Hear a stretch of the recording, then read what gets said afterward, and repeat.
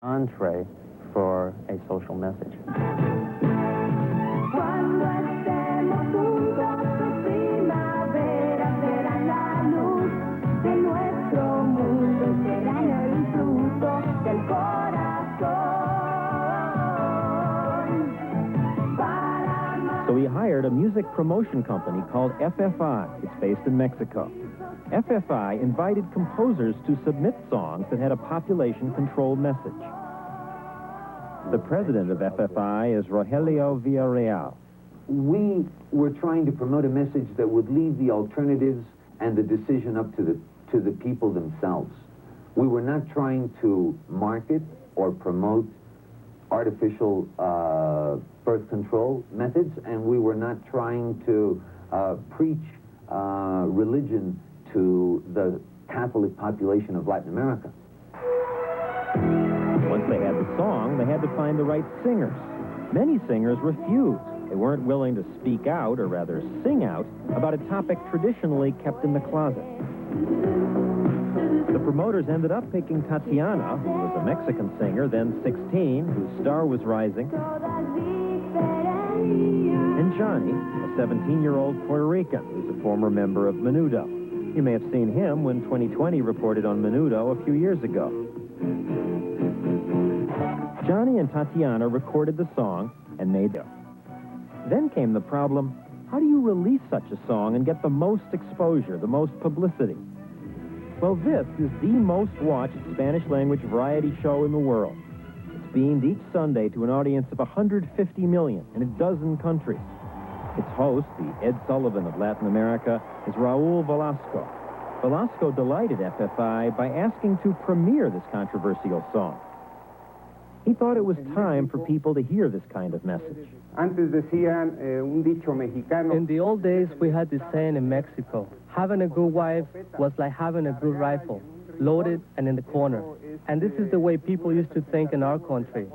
But nowadays, when people have 2 children, they realize they don't have enough money to educate 6 or 10 or 12 children or feed them.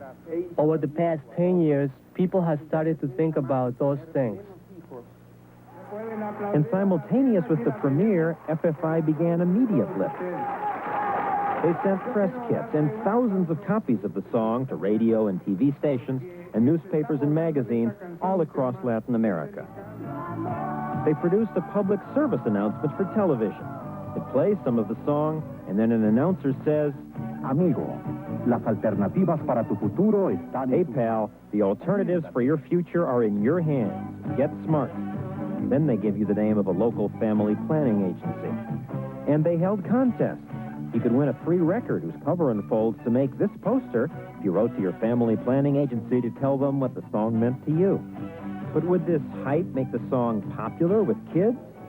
To most everyone's surprise and delight, the record became a huge hit.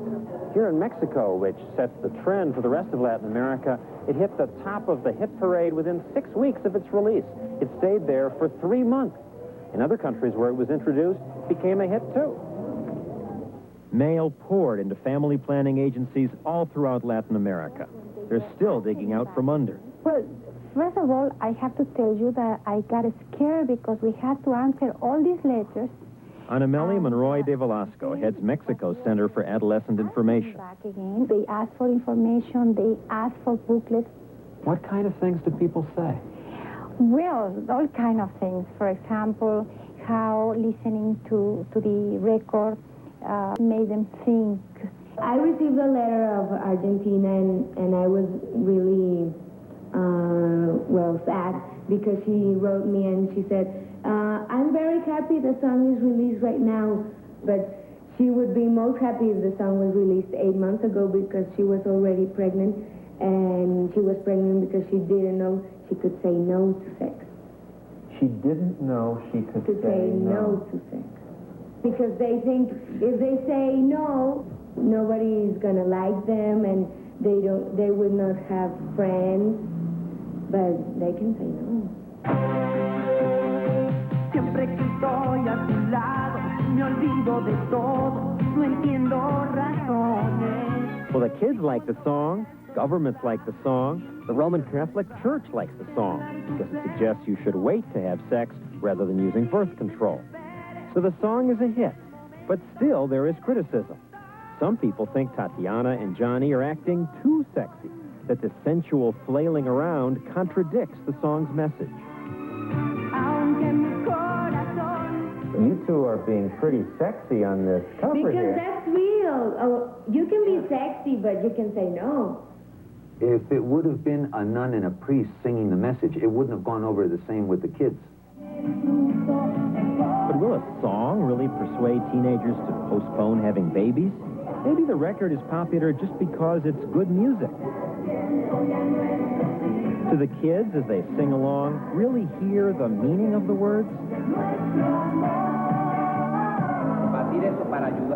Well, at that housing project you saw earlier, I asked Tatiana to ask some of the kids whether the song had really inspired anyone to change their behavior.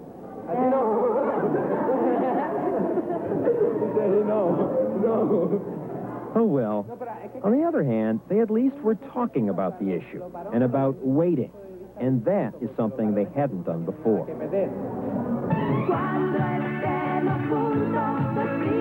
So Tatiana and Johnny will continue rocking and rolling for restraint. They have a newer song out called simply Wait. It made the hit parade, too. Did you ever think the time would come when you'd ask your kids, please, turn the...